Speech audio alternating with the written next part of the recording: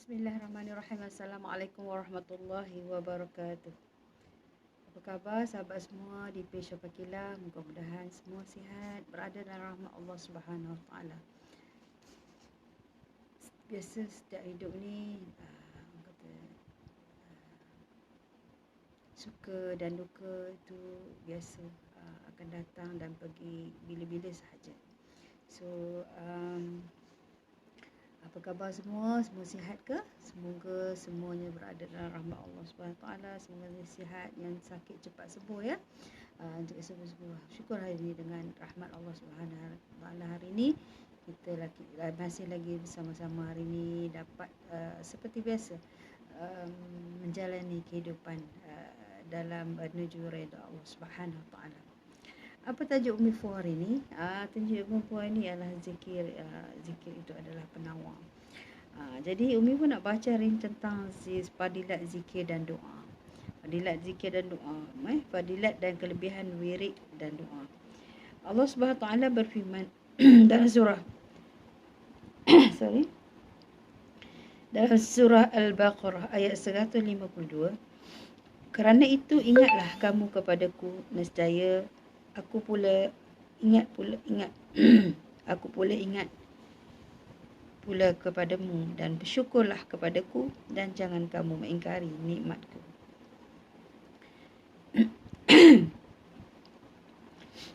Allah SWT telah berfirman, orang-orang beriman dan hati mereka menjadi tenteram dengan mengingat Allah. Ingatlah, hanya dengan mengingat Allah hati menjadi tenteram. Allah SWT berfirman, maka kalau sekiranya dia tidak termasuk orang-orang yang banyak mengingat Allah, nescaya dia akan tetap tinggal di perut ikan sampai hari berbangkit. Surah Asy-Syaffat ayat 143 hingga 144. Rasulullah SAW, tidakkah engkau ingin aku sampaikan kepadamu tentang sesuatu yang dapat memperbaiki amalmu, mensucikan amalmu di hadapan Tuhanmu, dan meninggalkan pada kedudukanmu yang lebih baik bagimu daripada bertemu dengan musuh kemudian kamu menebas lehernya, di sebaliknya mereka menebas lehermu. Para sahabat menjawab, ya tentu wahai Rasulullah, zikir kepada Allah, kata baginda. Jadi antara faedah zikir ialah mengusirkan dan mengalahkan, menghancurkan syaitan. Yang kedua, mendapat redha Allah Subhanahu Taala. Yang ketiga, menghilangkan rasa susah dan gelisah hati. Orang yang susah, gelisah hati, itulah ubat dia sebenarnya. Ubat dia zikir.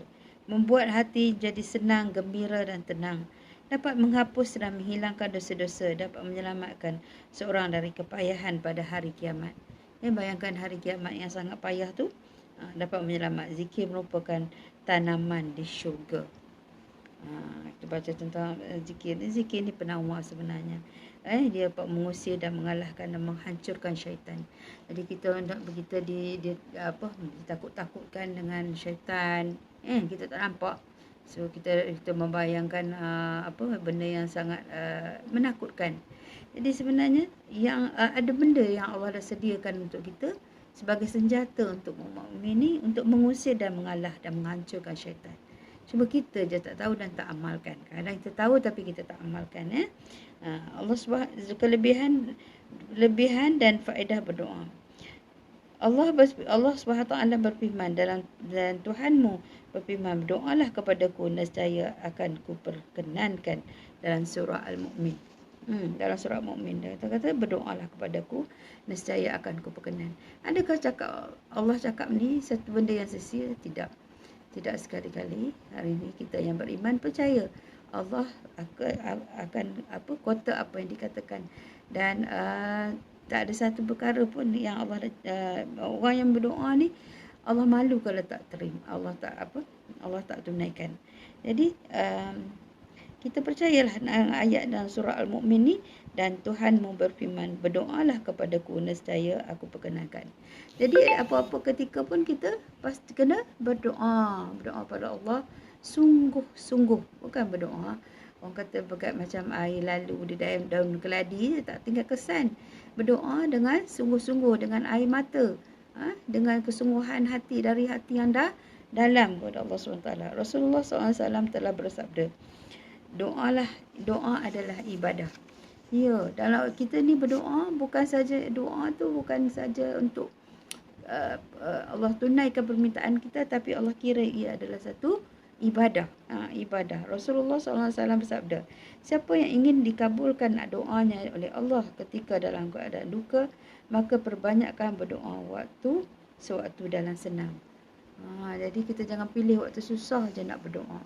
Kita pilih waktu yang maksudnya waktu senang tu kena banyak berdoa kepada Allah Subhanahu Wa Taala.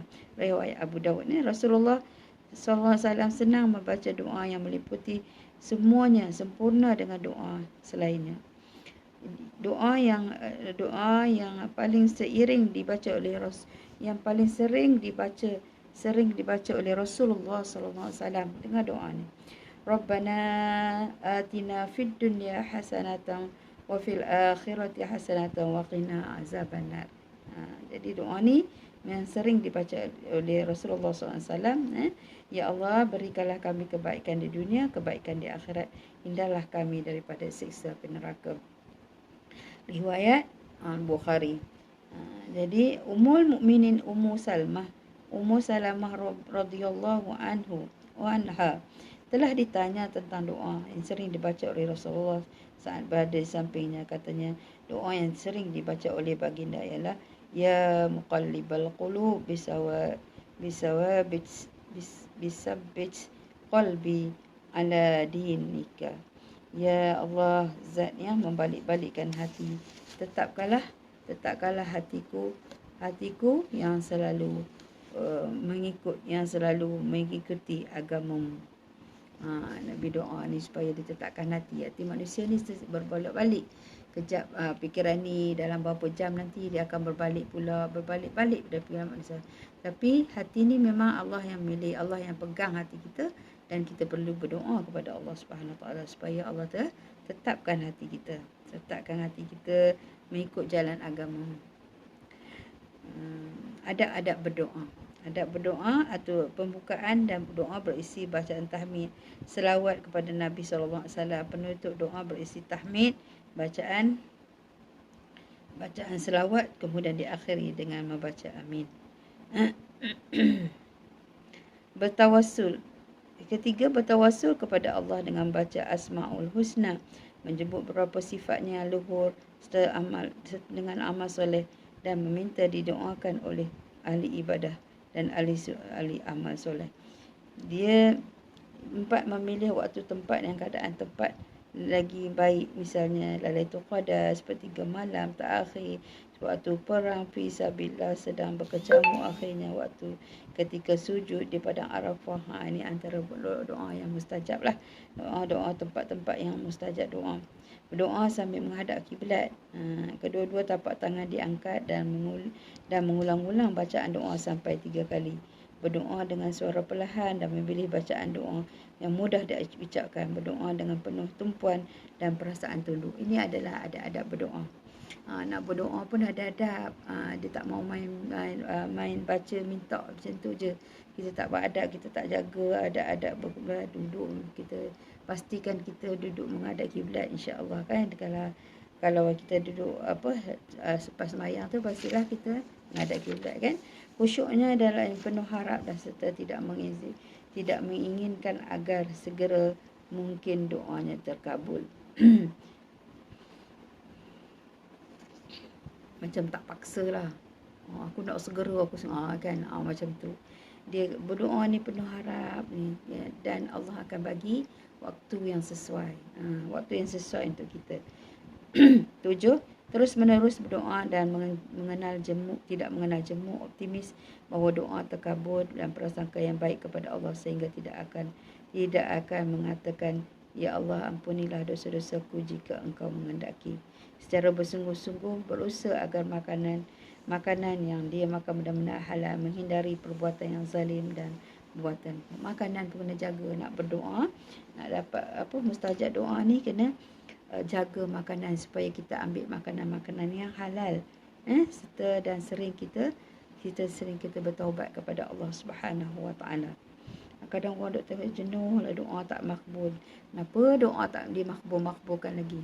Kan? Mungkin kita tak jaga adab dalam berdoa. Jadi kita perbaiki insya-Allah. Dilarang mendoakan keburukan pada diri sendiri, anaknya, harta-harta pelayannya. Serta Rasulullah bersabda, janganlah kamu mendoakan keburukan untuk pada dirimu sendiri, anak-anakmu dan pada hartamu. Janganlah membacakan pada saat mustajab yang sekiranya permohonanmu itu dikabulkan. Riwayat Muslim. Iman Daud menambahkan, dan janganlah kamu mendoakan keburukan pada pelayanmu dan tidak memohon pada Allah selain pada syurga. Jadi doa juga, kalau kita doa, kita jangan doa untuk keburukan diri sendiri ataupun dengan pada keluarga kita, anak-anak kita ataupun pelayan-pelayan.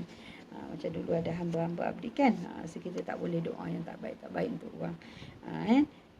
Jadi orang-orang yang diterima doanya, orang-orang yang sedang berada dalam bahaya dan orang yang dizalimi, meskipun dia pakai ibu bapa yang mendoakan anaknya, yang mendoakan ibu bapanya, anak yang berdoa untuk ibu bapanya, anak yang berbakti, seorang yang muslim mendoakan saudaranya yang tidak ada di sampingnya, orang yang berpuasa sampai dia berbuka, musafir kembali ke rumahnya, sampai dia kembali ke rumahnya. Orang yang musafir pun mustajab doa. Jadi bila musafir itu jangan lupa berdoa kepada Allah. Doa yang tidak diterima oleh Allah Subhanahu Wa Taala.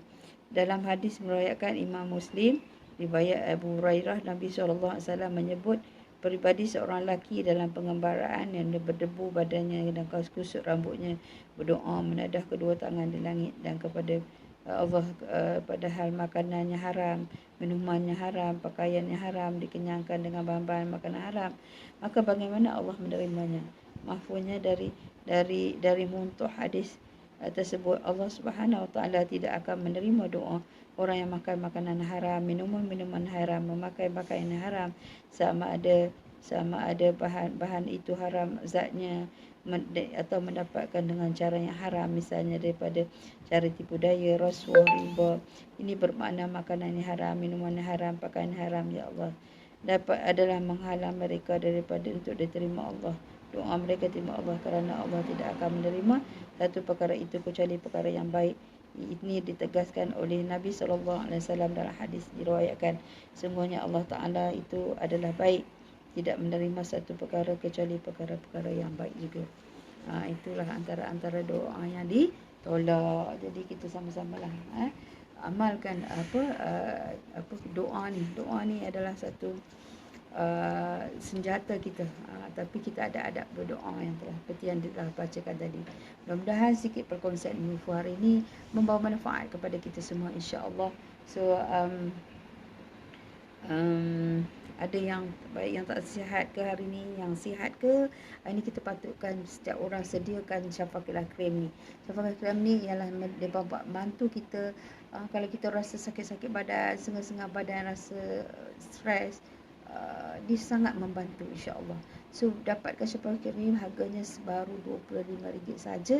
So kalau ada tengok link Shopee, dia dapat lebih murah daripada tu, insya-Allah. So dapatkan Syafaqilah Cream ni, urutkan bahagian bahu kita, bahu kanan, bahu kiri, tengkuk kita, bahagian belakang, insya-Allah.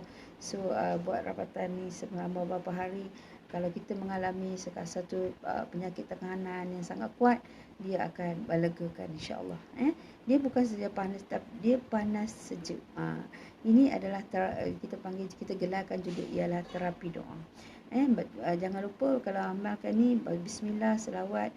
Dan baru-baru ni ada satu customer sakit pinggang. Alhamdulillah, bila dia pakai Syafaqilah Cream ni, sakit dia hilang dengan izin Allah Subhanahu Wa Taala. Syukur, alhamdulillah. Mudah-mudahan terapi doa ini, Syafaqilah dengan terapi doa dia dapat membantu sahabat-sahabat di luar sana. InsyaAllah pakai Syafaqilah Cream yang sangat-sangat membantu kita di luar sana, insya-Allah, dengan izin Allah Subhanahu Wa Taala. Sambil kita pakai Syafaqilah Cream ni juga ialah kita juga dapat menderma kepada orang lain, insya-Allah. Sebenarnya Umifu sediakan ada bahagian di sini untuk kita infakkan kepada orang golongan asnaf, fakir miskin, yatim insya-Allah. Okey, sekian. Assalamualaikum warahmatullahi wabarakatuh.